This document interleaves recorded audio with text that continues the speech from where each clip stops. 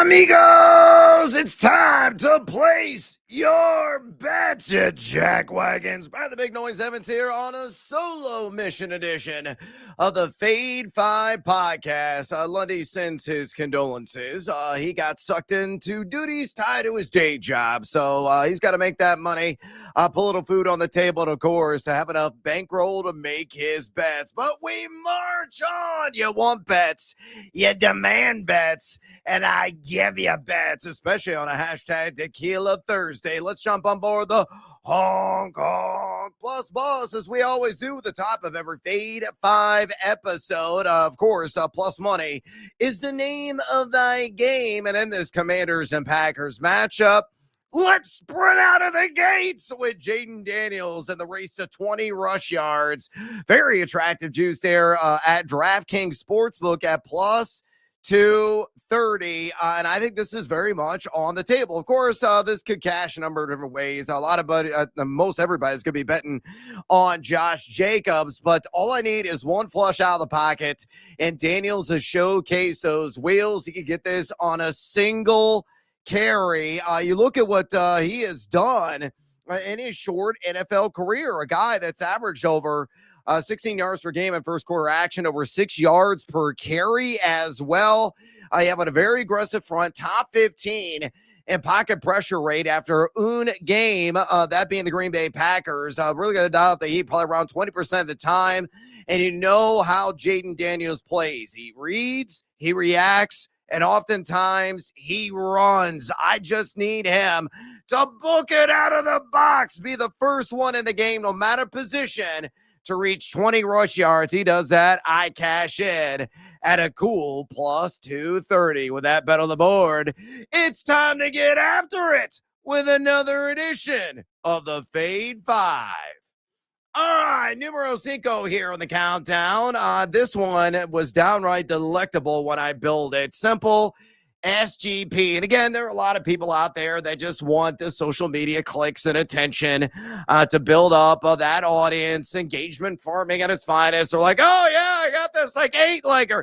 Oh, yeah, I got this 10-legger at plus 3,000 juice. Oh, it's bound to cash.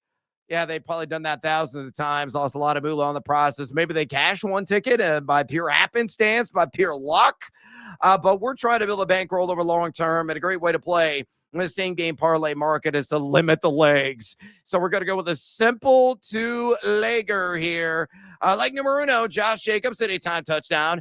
And leg numero dos, give me the Green Bay Packers there on the money line. You look at Josh Jacobs. He has scored a touchdown, touching up the last season, including the playoffs, in 9 straight games. 9 times. 9.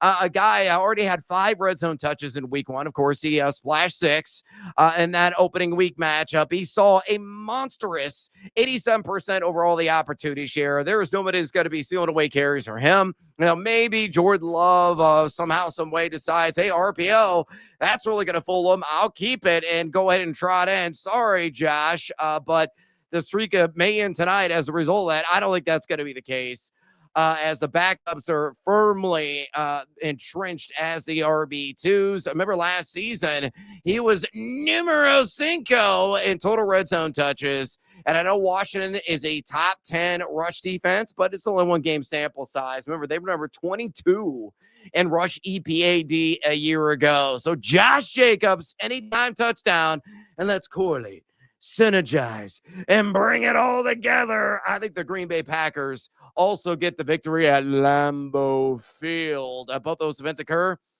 Suitable plus 105 juice there. Little baby cities by the juice at BetMGM. Numero cuatro here on the Fade 5 countdown. Again, let's double down on Jayden Daniels, and we're looking at the rush yards market. Again, if I think he's going to storm out of the gate and be the first player to accumulate 20 ground yards in the game at plus 230, let's just take the next step and say it goes for 50 plus over the entire 4 quarters of action. Still plus money, plus 107. Right now at DraftKings Sportsbook. And you look at Jayden Daniels, a guy, again, he was incredible on the ground in week 1 against a G-Man, 11 carries, 68 yards. He was put under pressure only 7.6% of his snaps. And I think that pressure is going to crank up tonight. Again, Green Bay, number 9 in pocket pressure rated, 18.6% after a game. Micah Parsons expected to play a few more snaps. He should be good for around 8 to 10 carries, maybe a little bit more in this contest, stretching back to last season, again, including the postseason. He has gone over 50 rush yards in 5 of his last 9 games. So the trend hopefully will be thy friend. Numero quattro on the countdown, Jayden Daniels hitting the century mark in rush yards, plus 107 there at DraftKings. Numero tres here on the Fade 5 Countdown, Thursday Night Football Edition. And Mas Tequila, happy hashtag Tequila Thursday to you and yours. Austin Ekeler, a guy that does those one-arm pull-ups. He is a fan of the fantasy football game. We appreciate your efforts in that realm over the years. Austin, also a pride of Western State, also now called Western Colorado University in Gunnison. Beautiful part of the country. And I think he's going to put some beautiful numbers on the board tonight in receiving yards. I'm going to go to the alt market.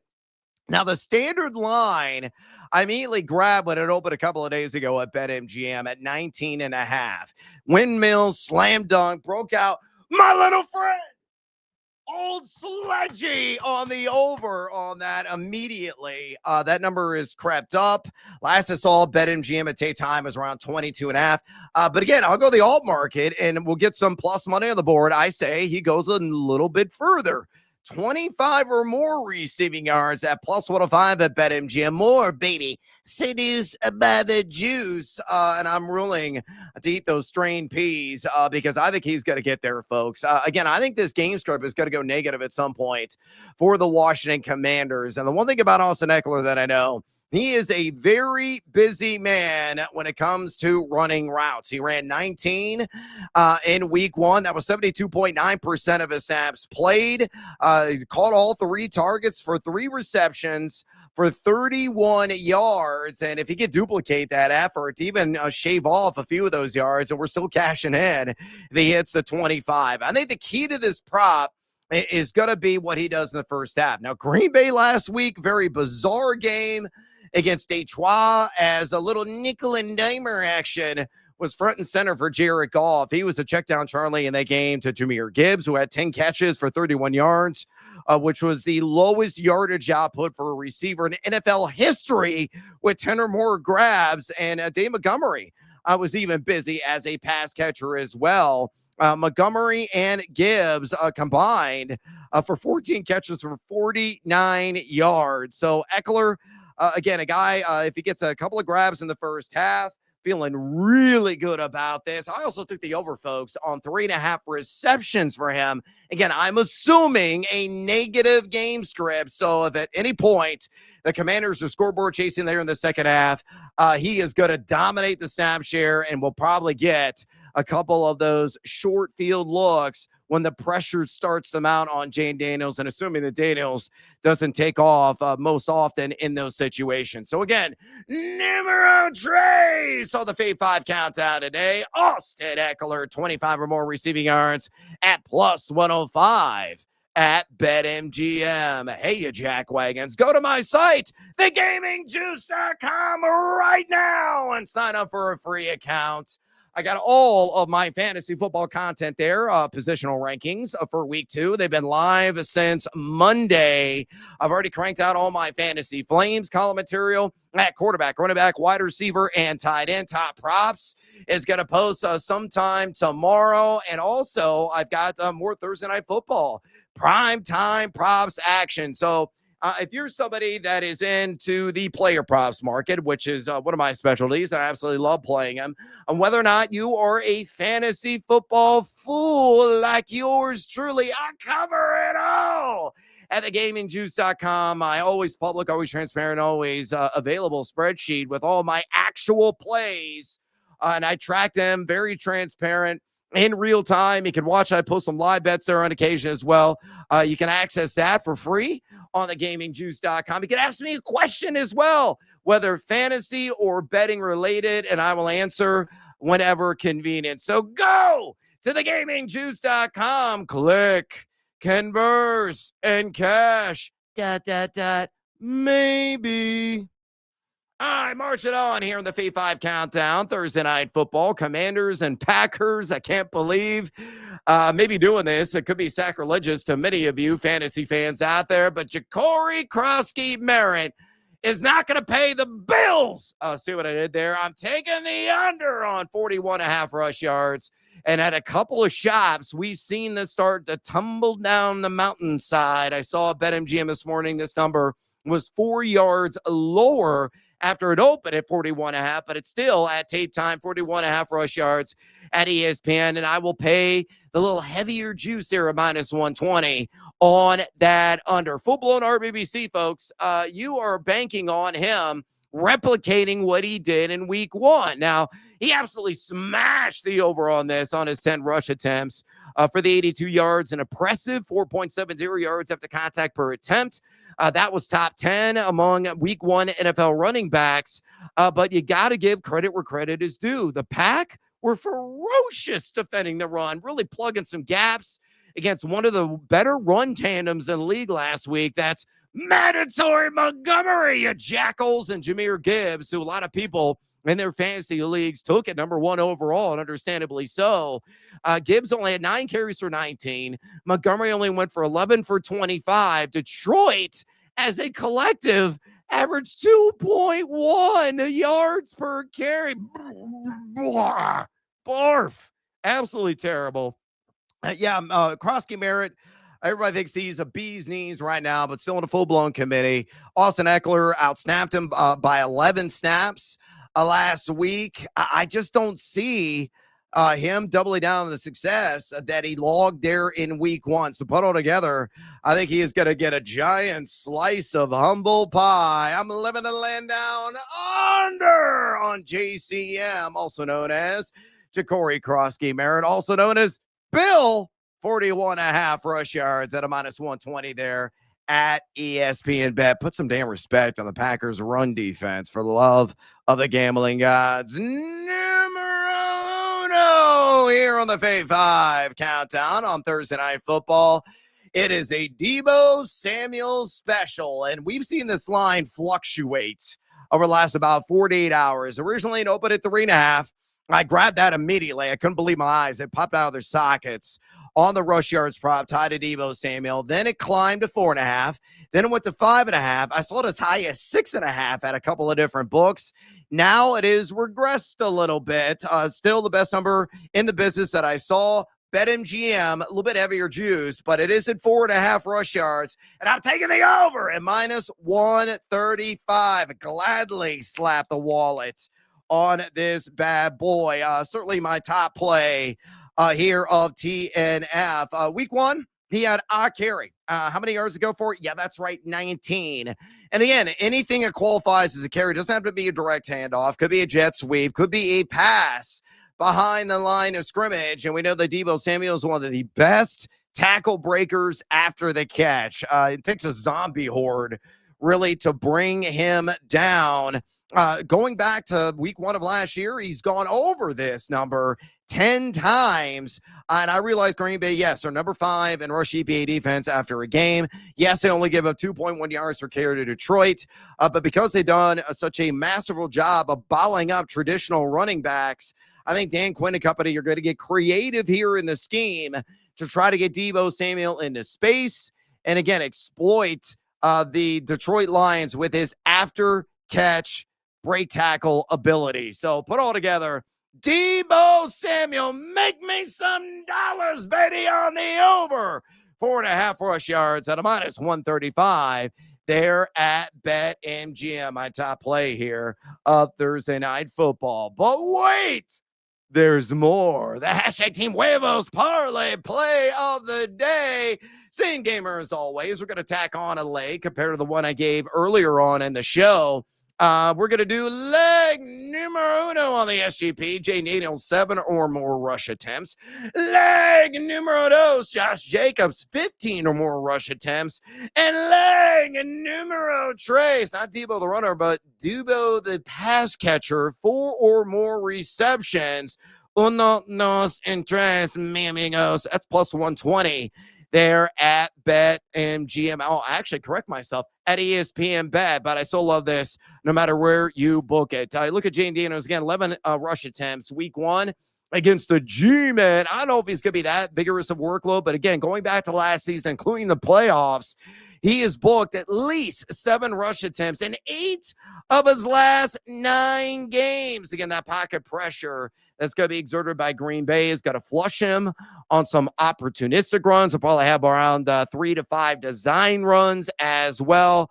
Absolutely believe he's going to get to this mark. Remember, last year he averaged 8.7 rush attempts per game. Meanwhile, leg numero dos, Josh Jacobs, 15-plus rush attempts. Again, 80-plus opportunity share that he got in week one. It's going to be more of the same in this one. And again, I think it's going to be a positive game script for the Green Bay Packers, who I picked to win. Week one, Jacobs had 19 rush attempts, 66 yards and a touchdown, including the playoffs. Searching back to last year, he's gone for at least 15 balls to belly in 6 of his last 8 games. And again, Washington, put some damn respect on their name, on their performance on the ground and defending it in week one. They're number 9 in rush EPAD to start the young year, but they were number 22 in that category last season. So again, I think Josh Jacobs will get this, and I'm guessing it's going to be sometime early in the fourth quarter. So feel very confident he reaches the threshold of 15-plus rushing attempts. And leg numero tres, Deebo Samuel,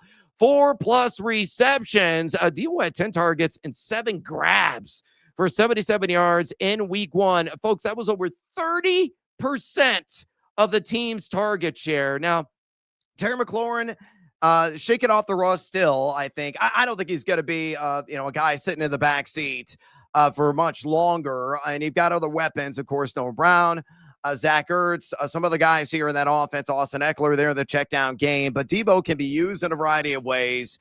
And a guy that really chews up the receptions in the short field. You look at Zaydot in week one was only 8 flat, and he was number 13 in catchable target rate because of were high percentage throws. It's going to be more of the same. And you look at his primary assignment projected as Jarvis Ballard, who gave up a 115-plus passer rating in week one. And get this, folks, he was targeted 11 times and allowed 10 receptions. 10! I have no more digits, so thankfully, there you go. I'm not 3-finger Mordecai Brown by any stretch of the imagination, but 10 catches Ballard gave up. So a premium matchup, high volume, likely again, maybe going to be scoreboard chasing as well. And a very creative way that this offense is kind of built around Deebo Samuel. So again, Team Huevos parlay play, same gamer on Thursday night. Jayden Daniels, 7+ rush attempts. Josh Jacobs, 15+ rush attempts. Deebo Samuel, 4+ catches, plus 120 at ESPN Bet. Fair to follow, that is always up to you. Meanwhile, in bonus time. Let me give you a couple of more bets that I like. Again, I took Austin Ekeler over 3.5 receptions at plus 125 in this particular contest. And I'm going to stop there in terms of plays in this game. You can always go back. If I add more on my always free, always transparent, always public spreadsheet there at thegamingjuice.com. But a couple of early plays ahead of the main slate of NFL action here in week 2. Love me some Drake May. Love the Drake, hate the Drake. Love the Drake. You never fade the Drake. I never do in college basketball. I'm not going to fade him this week in the NFL either. I'm taking the over on 212.5 pass yards. What I grabbed it at it open. Down on South Beach, taking on the Miami Dolphins, which might be in the running to have the worst secondary in the NFL. Already number 25 in drawback EPAD. After 1 week, they gave up 272 pass yards to Daniel Jones last week. They chucked 46 pass attempts in week 1. Tally 287 passing yards. Sure, he was only number 25 at adjusted completion percentage. But the air yards, a lot of that going to, smack the backside. Kayshon Boutte. Could be more of the same. He will spread the love around. I think Miami will show up offensively with or without Tyreek Hill in this game. I'm going Drake May over 212.5 pass yards against the not-so-fighting Flippers here in week 2. And the other bet that immediately caught my eye, I'm going to live and land down under on Zach Charbonnet. Yeah, sorry, it ain't going to be Charbonnet all day.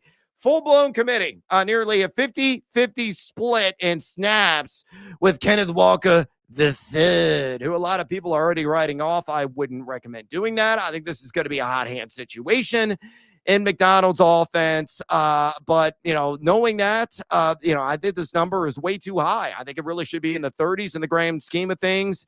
You look at the matchup taking on the Pittsburgh Steelers. They were cut down to size. They were flat out humiliated, embarrassed, deep-panted by the New York Jets in week 1, especially on the ground, which is so unusual. Breece Hall did some damage. Braylon Allen splash 6 in that game. Justin Fields was running wild. But you look, Sam Darnold's not going to be taken off. They could really commit to containing the running backs in this game. This is supposedly the best defensive line in the NFL. That's what Pro Football Focus ranked them before this season began.